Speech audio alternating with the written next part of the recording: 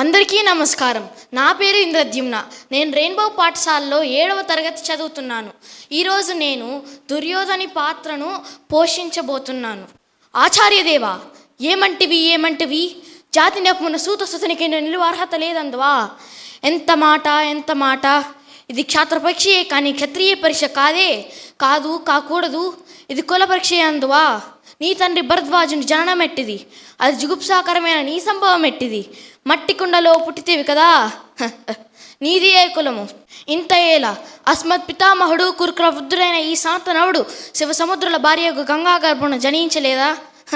ఈయనదే కులము. నాతోనే చెప్పింతివేమయ్యా, మా వంశమునకు మూల పురుషుడైన వశిష్ఠుడు దేవవేశ్యాగు ఊర్వశీపుతుడు కాడా? అతడు పంచమజాతి కన్యకు అరుంధతి అందు శక్తిని, ఆ శక్తిని చండాలాంగన ఎందు పరాశురని, ఆ పరాశరుడు పల్లెపడుచు మత్స్యగంధి ఎందు మా తాత వ్యాసుని, ఆ వ్యాసుడు విదరణరైన మా పితామహి అంబికతో మా తండ్రిని, పితామహి అంబాలికతో మా పినతండ్రి పాండురాజును, మా ఇంటి దాసితో ధర్మ నిర్మాణ జడని మీ చే కీర్తింపబడుచున్న ఈ వీరదేవుని కనలేదా? సందర్భావసరాలను బట్టి క్షేత్ర బీజ ప్రాధాన్యములతో సంకరమైన మా కురువంశము ఏనాడో కులహీనమైనది కాగా నేడు కులము అని వ్యర్థవాదం ఎందులకు? ధన్యవాదములు.